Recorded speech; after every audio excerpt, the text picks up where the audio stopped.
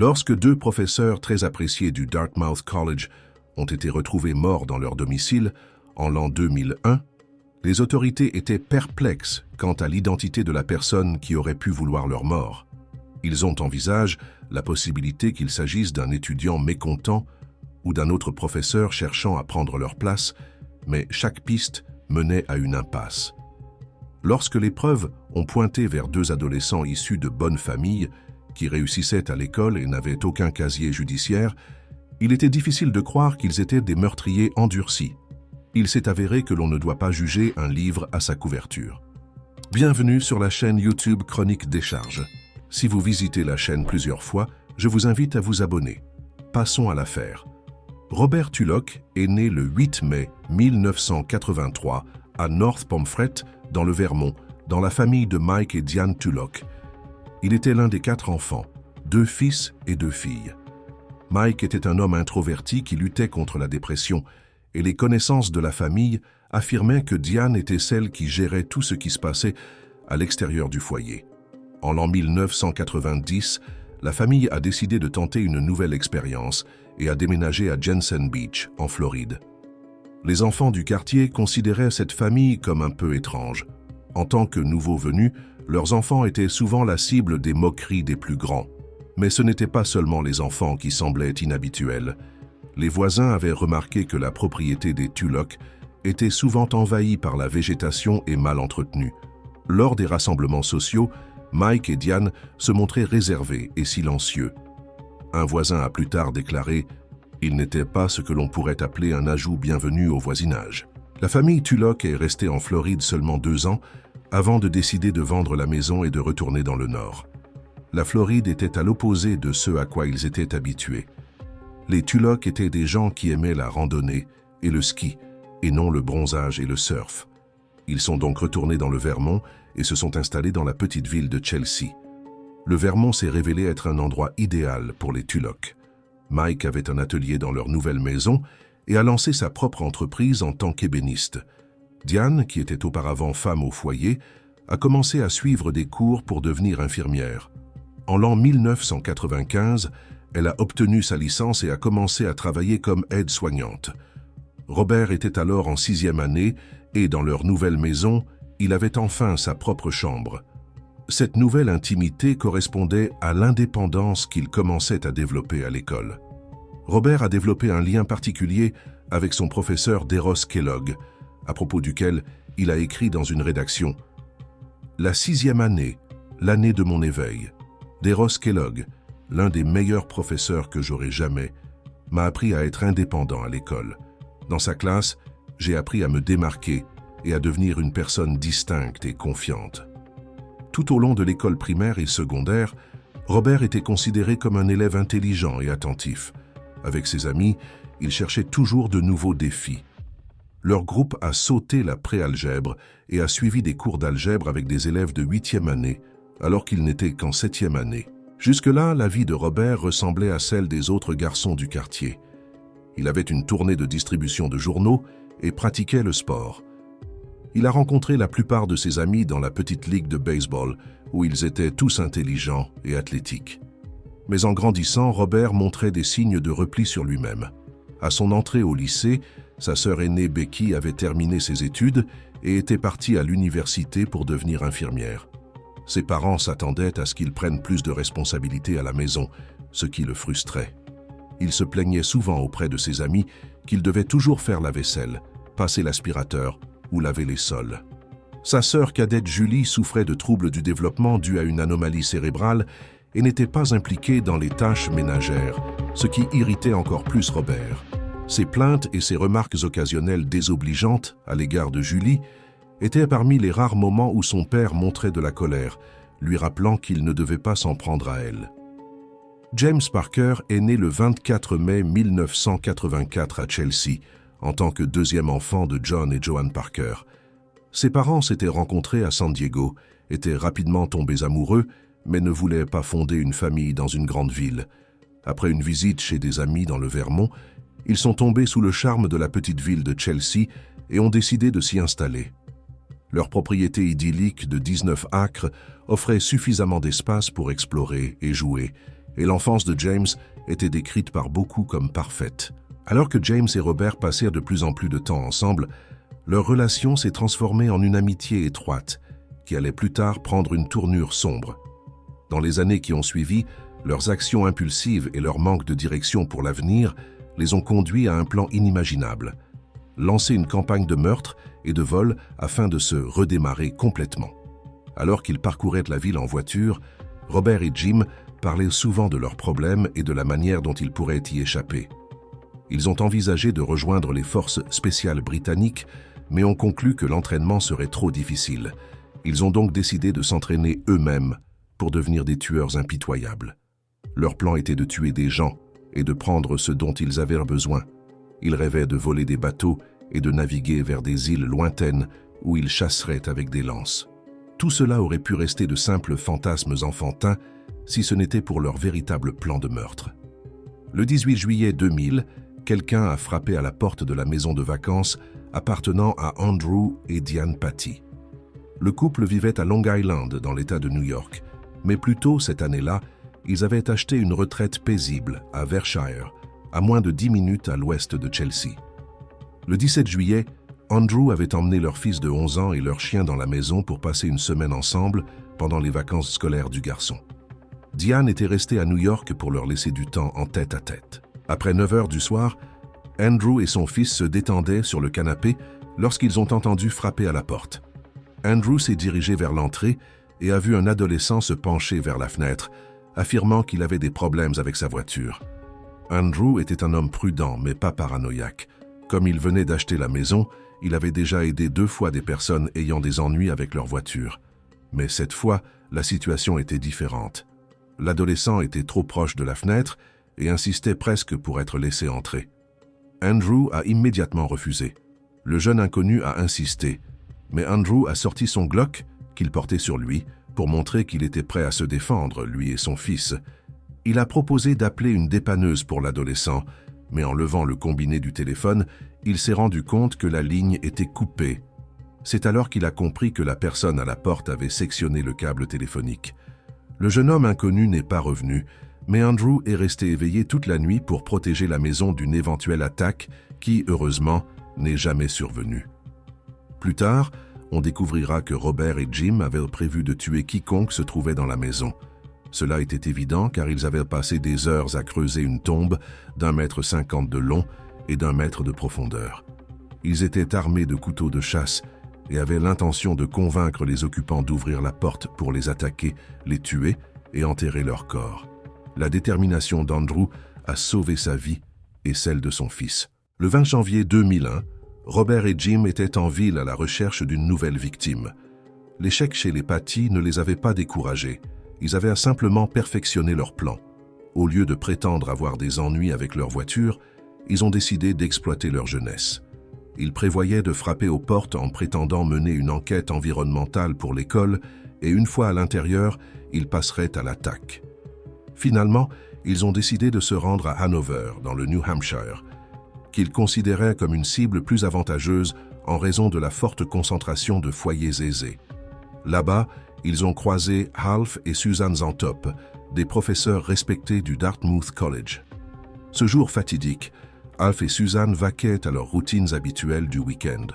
Lorsque Robert et Jim ont frappé à la porte en se présentant comme des étudiants travaillant sur un projet scolaire, Alf, en raison de sa nature de professeur, les a laissés entrer. Ce fut le début d'une tragédie effroyable. Plus tard, une amie, Roxana Verona, est venue dîner chez les Zantop, mais lorsqu'elle est arrivée à 18h30, personne n'a ouvert la porte. En tant que bonne amie, Roxana a décidé d'entrer chez les Zantop pour voir ce qui se passait. Elle a appelé Suzanne, mais la maison est restée silencieuse. En avançant plus profondément dans la maison, elle est arrivée au bureau et a vu Suzanne allongée face contre terre dans une mare de sang. Non loin d'elle, Alf était étendu sur le côté, également couvert de sang. La pièce était en désordre, une table en carton renversée et des livres éparpillés sur les étagères. Prenant conscience que l'agresseur pouvait encore être dans la maison, Roxana s'est précipitée dehors, est montée dans sa voiture et s'est rendue chez un voisin, dont la maison, en raison de la région rurale, était plus éloignée. C'était la maison de Bob et Audrey McCollum qui sont restés stupéfaits en entendant son récit. Audrey a immédiatement appelé les urgences au 911, tandis que Bob et leur fille adulte Cindy se sont précipités chez les Antop. Bob, étant médecin, espérait probablement pouvoir aider ses voisins, mais malheureusement, il était trop tard. Half et Suzanne étaient déjà morts à l'arrivée de Roxana. Peu après, des agents de la police de Hanover et de la police d'État du New Hampshire sont arrivés sur les lieux. La maison a été sécurisée et un médecin légiste a été appelé. Dans la cuisine, ils ont trouvé des preuves que Half et Suzanne préparaient une soupe et des sandwichs, indiquant qu'ils avaient été interrompus en plein déjeuner. Des traces sanglantes menèrent du bureau à la porte d'entrée, et de nombreuses empreintes de bottes ensanglantées ont été découvertes à l'intérieur et à l'extérieur. Lors de la fouille du bureau, les enquêteurs ont trouvé 2 fourreaux noirs en plastique sur le sol, près des corps. Les spéculations ont commencé sur l'identité du ou des auteurs de ce crime brutal contre 2 professeurs qui semblaient mener une vie paisible et sans ennemis. Était-ce un étudiant mécontent qui avait reçu une mauvaise note ou un cambriolage qui avait mal tourné? Les preuves étaient rares, mais avec les fourreaux de couteau comme seul indice, les détectives se sont lancés à la recherche des meurtriers. Robert et Jim n'étaient pas les criminels brillants qu'ils pensaient être. Ils avaient commis de nombreuses erreurs lors du crime. La plus évidente était d'avoir fui les lieux en laissant les fourreaux derrière eux. Ensemble, ils ont sauté dans une Subaru verte et ont commencé à sortir de l'allée. Mais les vitres de la voiture se sont embuées à cause de leur souffle. Ils ont dû passer la tête par les fenêtres pendant que Jim criait à Robert pour lui indiquer si la route était dégagée. La distance entre les maisons, typique des zones rurales, était la seule raison pour laquelle ils n'ont pas attiré l'attention des voisins. En s'enfuyant, Robert a remarqué une coupure au-dessus de son genou droit. Il a alors ouvert le portefeuille qu'il avait pris à Half et compté l'argent. 340 $. Voilà ce que valait la vie des Antop pour Robert et Jim. Leur plan de série de vols et de meurtres devait leur permettre de rassembler 10 000 $ pour commencer une nouvelle vie en Australie. Leur premier vol n'était qu'une goutte d'eau dans cet océan. Avant de rentrer chez eux, ils se sont arrêtés sur une route secondaire pour enlever autant de sang que possible de leurs vêtements. C'est alors que Jim a remarqué qu'ils avaient perdu les fourreaux des couteaux. Ils ont fouillé leurs sacs, mais ne les ont pas trouvés. Alors ils sont rentrés chez eux pour se changer. Chez Robert, ils ont mis d'autres vêtements, puis sont allés chez Jim, où ils ont caché les couteaux, le portefeuille de Half et quelques autres objets dans une cabane extérieure. Ensuite, ils ont décidé de chercher des livres sur la manière de tuer des gens dans une librairie Barnes & Noble. Sans surprise, ils n'ont rien trouvé d'utile. Quand ils se sont calmés, ils ont décidé de retourner chez les Antop pour récupérer les fourreaux.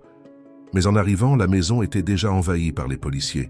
Ils ont immédiatement fait demi-tour et sont rentrés se cacher dans la chambre de Robert. Stanley Williams était connu pour son caractère grincheux.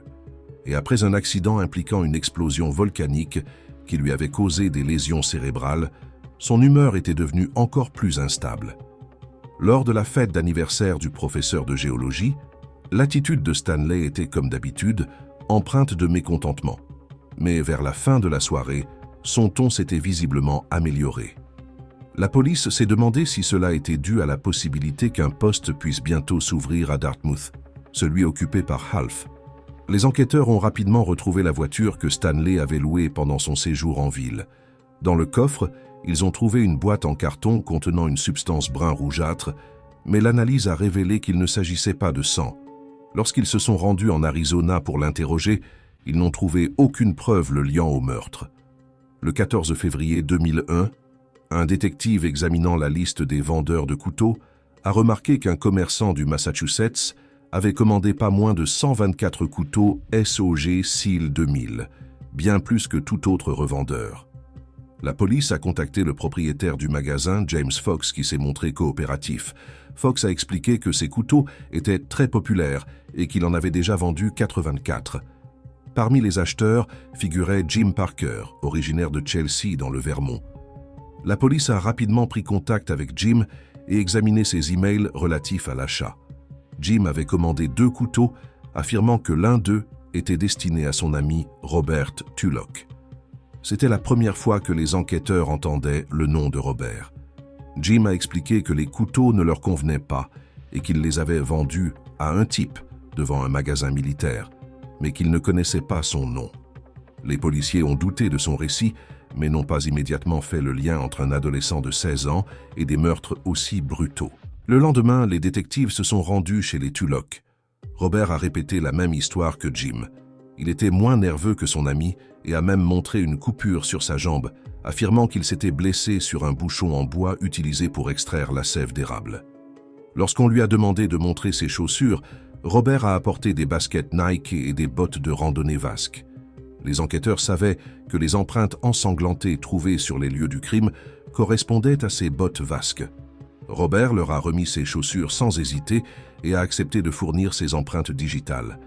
Malgré des soupçons grandissants, les enquêteurs ont autorisé Jim et Robert à rentrer chez eux après l'interrogatoire. Cela s'est avéré être une grave erreur. Dès qu'ils ont quitté le bureau du shérif, les deux jeunes ont compris qu'ils devaient fuir. Avec l'aide de leurs parents, ils se sont échangés des messages et ont convenu d'un lieu de rendez-vous. Ils ont emballé quelques affaires essentielles, comme des vêtements, des hameçons de pêche, une boussole, du ruban adhésif, des allumettes, une lampe de poche et un manuel scout, mais n'ont pas pris leur couteau. Après s'être retrouvés, ils ont pris la fuite, laissant derrière eux des preuves que la police découvrirait plus tard. Leur plan était de se rendre en Californie en autostop. Cependant, alors qu'ils cherchaient une station pour camionneurs, ils se sont perdus et se sont arrêtés dans une station-service pour demander leur chemin à un chauffeur de dépanneuse. Ce dernier leur a donné des indications, sans prêter beaucoup d'attention à eux. Le lendemain matin, il a reconnu leur visage dans les informations sur deux adolescents en fuite et a immédiatement contacté la police du New Hampshire. Ce fut la première piste concrète pour les enquêteurs. Les parents de Parker et Tulloch savaient que leur fils était parti précipitamment, mais refusaient de croire qu'ils étaient impliqués dans des meurtres. Jim et Robert, en revanche, prenaient de plus en plus conscience que l'étau se resserrait autour d'eux. On supposait que Jim et Robert reviendraient chez eux le lendemain matin pour discuter du stress lié à leur situation. Lorsque les parents ont compris que cela ne se produirait pas, ils ont alerté les autorités et la chasse aux fugitifs a commencé le 16 février vers 11 h du matin. L'enquête s'est rapidement concentrée sur les adolescents en tant que principaux suspects des meurtres et des mandats de perquisition ont été émis pour fouiller leur maison. Pendant qu'ils attendaient ces mandats, les enquêteurs ont reçu la confirmation qu'une empreinte digitale trouvée sur l'un des fourreaux de couteau sur les lieux du crime appartenait à Jim. Une fois les mandats obtenus, les enquêteurs ont fouillé simultanément les chambres des deux adolescents. À première vue, ce n'étaient que de simples chambres d'adolescents. Ils ont collecté des documents, des appareils électroniques, des vêtements, des chaussures, ainsi que 2 couteaux SOG Seal 2000 cachés dans une boîte en carton dans la chambre de Robert. L'analyse médico-légale a plus tard révélé des traces de sang sur les 2 couteaux, dont l'ADN correspondait à celui de Alf et Susan Zantop. Pendant ce temps, Robert et Jim étaient arrivés à la station pour camionneurs Sturbridge Isles, dans le Massachusetts, où ils cherchaient un moyen de transport. Un couple, Rowdy et Kyle Tucker, accepta de les emmener, croyant à leur histoire selon laquelle ils s'appelaient Sam et Tyler et voyageaient en Californie. Les Tucker les ont conduits jusqu'en Pennsylvanie, où ils les ont laissés dans une autre station pour camionneurs. Là, les adolescents ont rencontré un chauffeur, James Hicks, qui les a emmenés en direction de Chicago. Alors que Robert et Jim dormaient dans la cabine du camion, les enquêteurs suivaient les indices fournis par le chauffeur de dépanneuse et les images de vidéosurveillance de la station précédente. Malheureusement pour les enquêteurs, ils ne savaient pas que les fugitifs avaient déjà changé de camion. En suivant les Tucker, la police a encerclé leur camion par erreur sur une aire de repos, mais ils ont rapidement appris où les adolescents avaient poursuivi leur route. Dans l'Indiana, un adjoint du shérif local est devenu suspicieux après avoir entendu un appel radio concernant 2 jeunes hommes voyageant avec un chauffeur. Lorsque le camion est arrivé à la station Flying J à Spiceland, le shérif a identifié les fugitifs et les a arrêtés, malgré leur tentative de donner de faux noms. L'arrestation des jeunes a confirmé qu'Andrew Patty avait eu raison de refuser d'ouvrir la porte à un inconnu. Son intuition avait sauvé sa vie et celle de son fils d'une possible tragédie. Après leur arrestation, les parents des 2 adolescents sont venus leur rendre visite en Indiana. Jim a suivi les conseils de son avocat et est resté silencieux lors de l'interrogatoire, tandis que Robert, en larmes, a admis qu'ils avaient détruit leur vie et a demandé s'ils seraient jugés comme un adulte. Les jeunes ont rapidement été extradés vers le New Hampshire, où ils ont été inculpés de meurtre au premier degré. Bien que Jim ait été mineur, les procureurs ont demandé qu'il soit jugé comme un adulte en raison de la gravité du crime. Jim a finalement conclu un accord, plaidant coupable de meurtre au deuxième degré et témoignant contre Robert. Il a été condamné à 25 ans de prison, avec possibilité de libération conditionnelle après 16 ans pour bonne conduite. Robert a plaidé coupable de meurtre au premier degré et a été condamné à la réclusion à perpétuité sans possibilité de libération conditionnelle. En 2024, Jim Parker a été libéré sous condition après plus de 20 ans de détention. Pendant son incarcération, il a été un détenu modèle et a même obtenu une maîtrise. Pour l'instant, il semble avoir changé de vie. Robert Tulloch, en revanche, est toujours derrière les barreaux, et sa peine est en cours de révision après une décision de la Cour suprême déclarant les condamnations à perpétuité sans libération conditionnelle pour les mineurs inconstitutionnels. Son avenir reste incertain, mais même s'il devient éligible à la libération conditionnelle, cela ne garantit pas qu'il l'obtiendra. Cette histoire tragique rappelle que l'ennui adolescent ou le désir d'évasion ne justifie en rien des actes aussi monstrueux. De nombreux jeunes trouvent des moyens d'échapper à leurs circonstances sans recourir à la violence. Merci d'avoir regardé la vidéo jusqu'à la fin. À bientôt pour un prochain épisode.